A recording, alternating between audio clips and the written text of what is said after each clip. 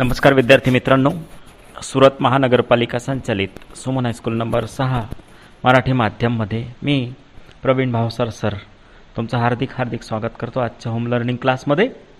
आज आपल्याला इयत्ता 9वीची ज्येष्ठ कवी ना.धो. महानोर यांची सुंदर कविता अभ्यासाला घ्यायची आहे, जिचं नाव आहे या नभाने या भुईला दान द्यावे। तर चला मित्रांनो, आज या कवितेचा आपण सखोलरित्या अभ्यास करूयात। कवींचा परिचय आपण आधी सुरुवातीला पाहूया। ज्येष्ठ कवी नामदेव धोंडो महानोर यांचा जन्म 16 सप्टेंबर 1942 रोजी औरंगाबाद जिल्ह्यातील पळासखेड या गावी झाला आणि त्याच शाळेत त्यांचं तिथेच शिक्षणही झालं।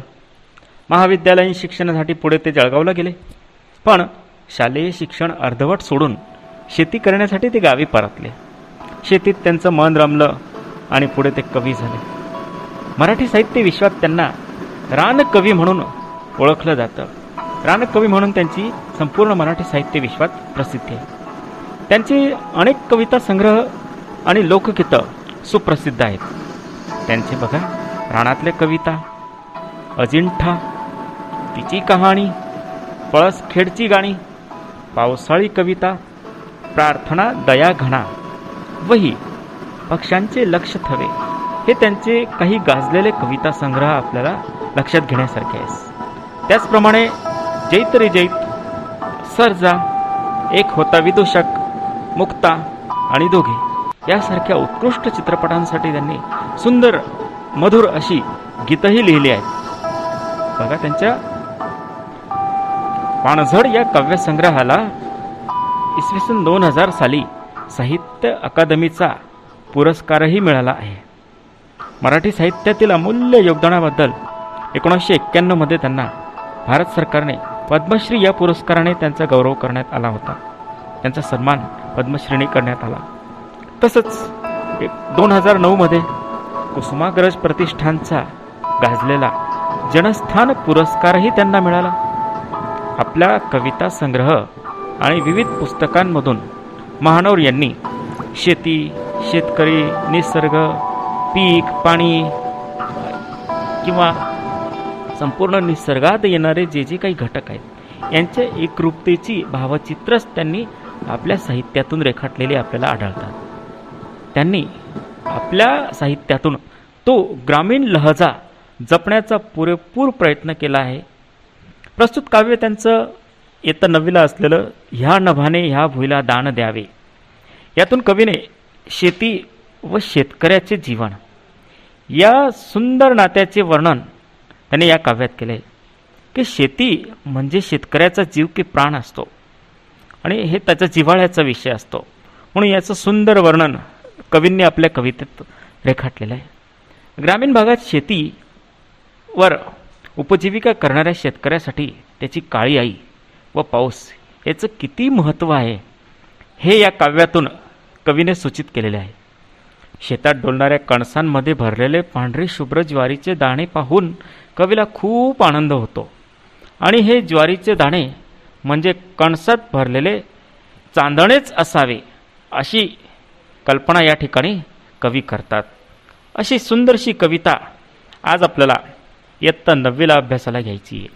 तर चला मित्रांनो, कवितेचा आपण सुरुवातीला भावार्थ समजून घेण्याआधी काव्य वाचन करूया, काव्य गायन करूया आणि त्यानंतर प्रत्येक कडव्याचं आपण भावार्थ समजून घेण्याचा प्रयत्न करूया।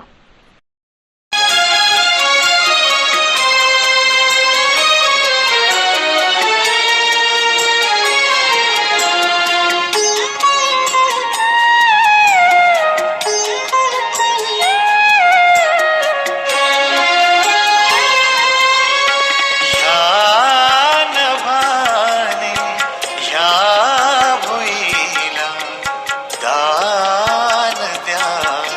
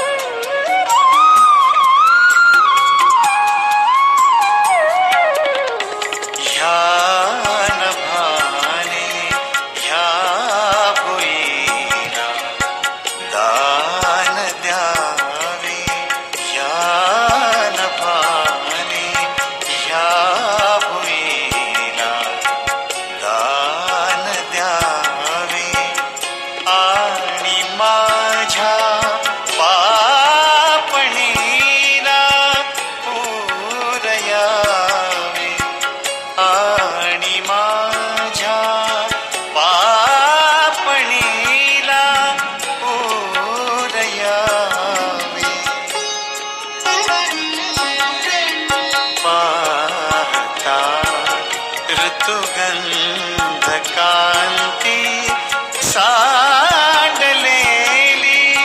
पाखरांची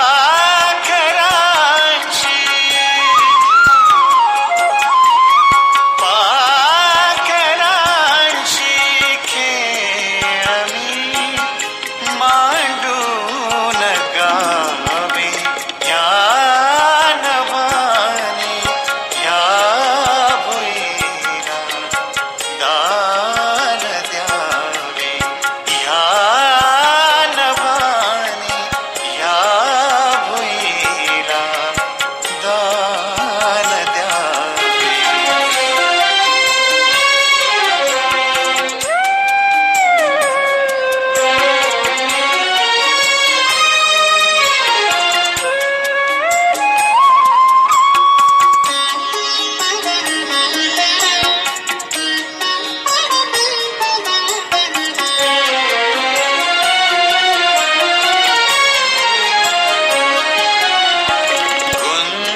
गुंतलेले प्राण ह्या रानात माझे गुंतलेले प्राण ह्या रानात माझे फाटकी झोपडी फाटकी झोपडी काळीज माझे मी असा आनंदुनी मी असा आनंदुनी बेहोश होता शब्दगंधे तू मला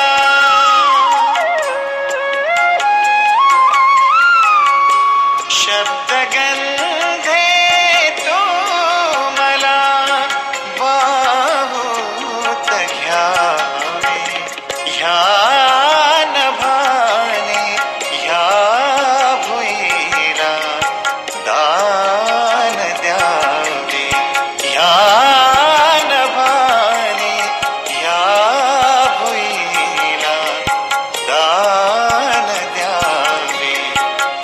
आणि ह्या मातेतून चैतन्य गावे आणि ह्या मातेतून चैतन्य गावे ह्या नभाने ह्या भुईला दान द्यावे ह्या नभाने ह्या भुईला दान द्यावे. नमस्कार मित्रांनो, ज्येष्ठ गायक सुरेश वाडकर यांच्या कंठमधुर स्वरात या कवितेचं आपण गायन ऐकलं. ह्या नभाने ह्या भुईला दान द्यावे. अतिशय सुंदर असं गायन ज्येष्ठ गायक सुरेश वाडकर यांनी या कवितेचं केलं आहे. प्रस्तुत कविता ह्या नभाने ह्या भुईला दान द्यावे ही नाधो महानोर यांनी आपल्या पक्ष्यांचे लक्ष थवे या काव्यसंग्रहातून घेतली आहे. ही कविता नाधो महानोर यांचं पहिलं प्रेम म्हणजे शेती, जे या कवितेत दिसून येतं. म्हणून त्यांच्या कवितेत ते प्रकर्षाने जाणवून येते, दिसून येते. म्हणून महानोर आजच्या कवितेत देवाला, परमेश्वराला विनंती करतात की ह्या नभाने भुईवर पावसाचा एक प्रकारचा वर्षाव करावा. एक प्रकारचं दान कवीने मागितलेलं आहे. कवी म्हणतायत की पावसाळे दिवसेंदिवस कमी कमी कमी कमी होत चालले आहेत. पीक पाणी कमी होतं, आभाळ कमी बहरतं, म्हणून दुष्काळासारखी परिस्थिती निर्माण होते कधी काळी. म्हणून त्या शेतकऱ्याचे जर काही मागायचे झाले, त्या शेतकऱ्याने जर काही मागायचं झालं परमेश्वराकडूनच तो मागू शकतो. आणि त्याच्यासारखा मोठा दाता कोणीच नाही. ते आभाळाकडनं तो एक प्रकारचं दान मागतोय. त्या दानामध्ये काय मागतोय? की पावसाचा असा वर्षाव करावा की हे सगळं रान शेत हे सगळं भरभराटीला येऊ दे, पिकं फुलं पानं हे सारे कसे फुलून येऊ दे. म्हणून प्रस्तुत कवितेत कवीने एक प्रकारचं दान या आभाळाकडनं मागितलेलं आहे. कवी म्हणतायत की जर मी मेलो तर माझा जीव या सगळ्या रानावनात शेतामध्ये गुंतलेला असेल, म्हणून तो आपल्या शेताला आई म्हणतो, तिच्या कुशीत राहतो, त्याच्यात तिचा जीव, त्याचा कवीचा जीव या शेतात गुंतलेला आहे. म्हणून प्रस्तुत कविता ह्या नभाने या भुईला दान द्यावे आणि ह्या मातीतून चैतन्य गावे, कोणती पुण्ये अशी येती फळाला, जोंधळ्याला चांदणे लखून जावे. प्रस्तुत काव्यात कवी म्हणतायत की परमेश्वरा, आकाशात मला एक प्रकारचं या भुईसाठी दान दे, या भुईला दान द्यावं आणि ते दान कोणत्या रूपाने, तर पावसाच्या रूपाने होऊ दे.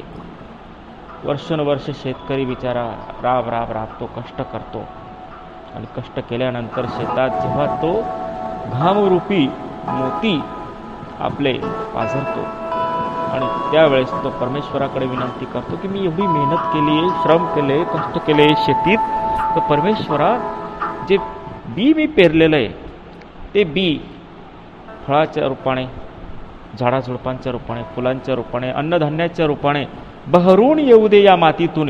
या मातीला एक प्रकारचा चैतन्य येऊ दे, एक प्रकारचा उत्साह, जोम या मातीत भरभरून निघू दे.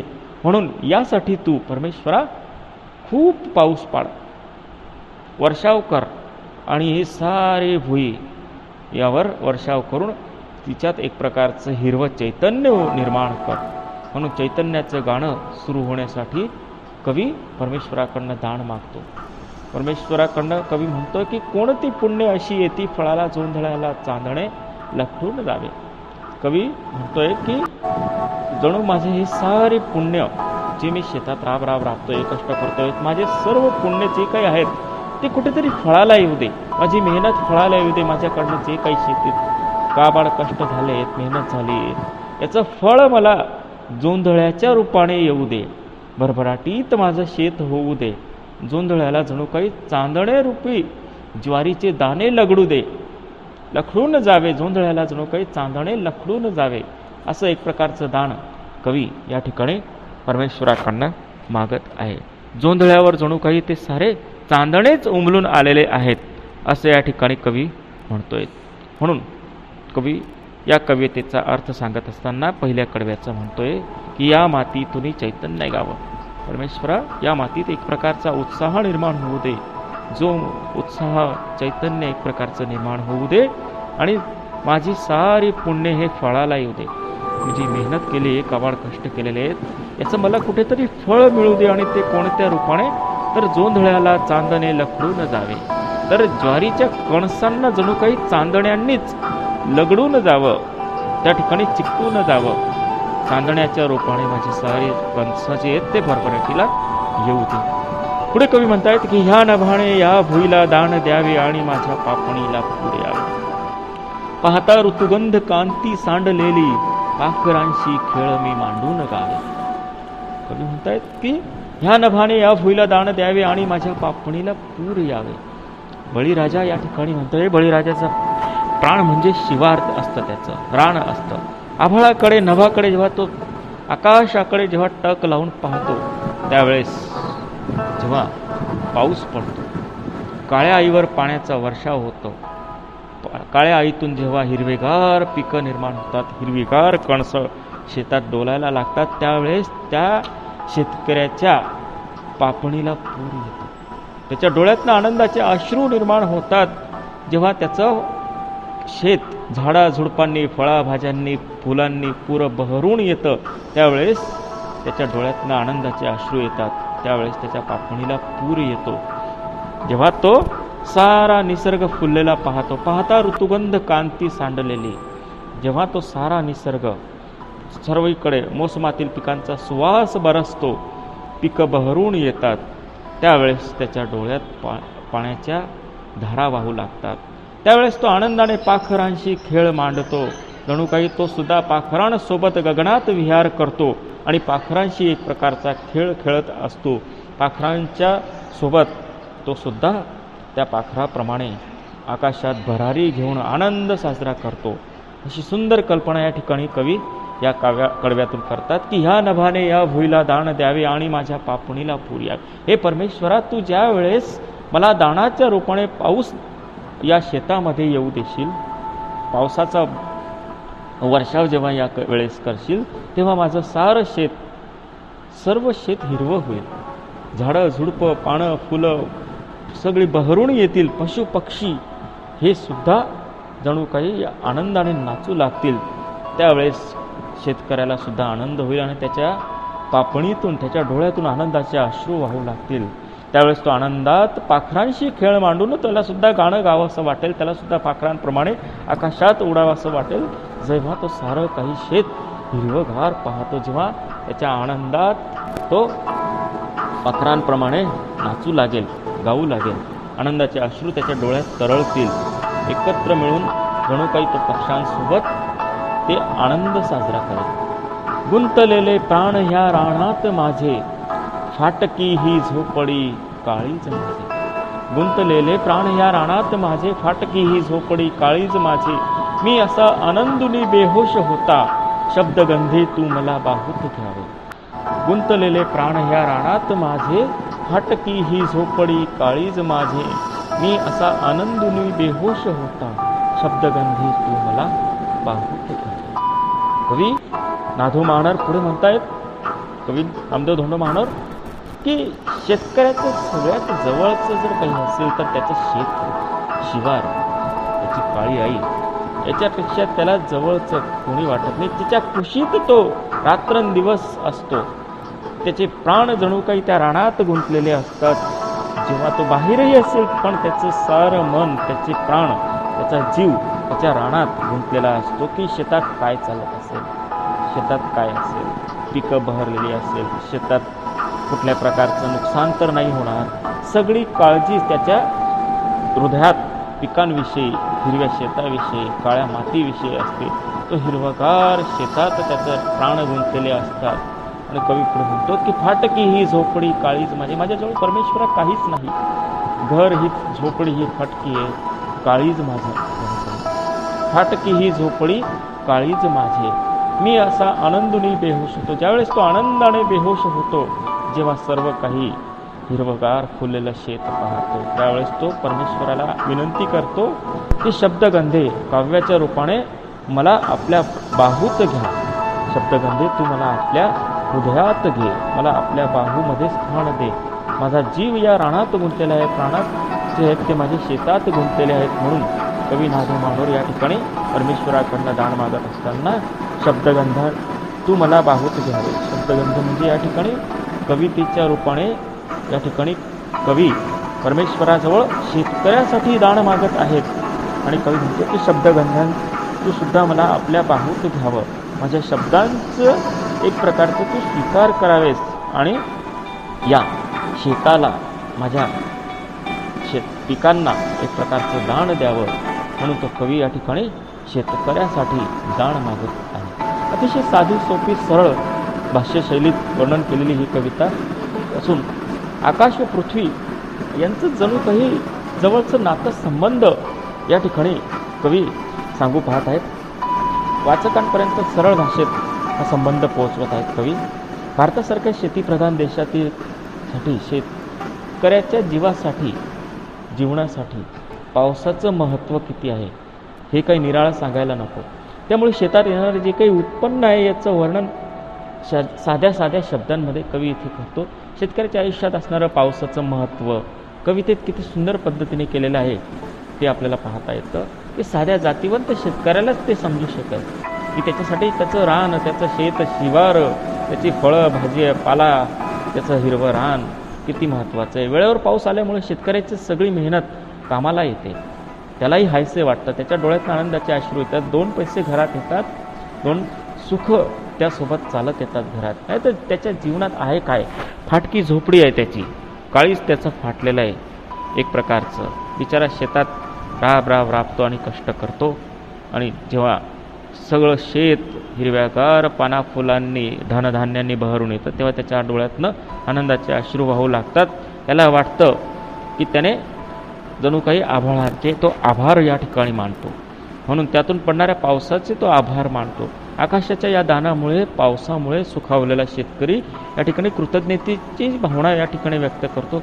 परमेश्वराची या ठिकाणी कृतज्ञता तो मानतो, परमेश्वराचे उपकार मानतो, कारण या बहरलेल्या रानातच त्याचे प्राण, त्याचा जीव गुंतलेला आहे. म्हणून आभाळाच्या या कृपा प्रसादाने त्याचे डोळे भरून येतात, त्याच्या डोळ्यात त्याच्या पापणीला पूर येतो आणि त्याला आनंदून नाचावंसं वाटते, पाखरांसोबत बागडावंसं वाटतंय. आनंदून कविता त्याच्या कवीच्या शब्दांमधून जन्म घेते, शब्दांमधून कविता एक प्रकारची जन्म घेते आणि कवीसुद्धा शेतकऱ्यासाठी ती कविता लिहितोय, म्हणून त्याच्या आनंदातून कविता जन्माला येते आणि जमिनीशी त्याच्या शब्दांचे जणू काही एक प्रकारचे नातेच जुळालेले आहेत.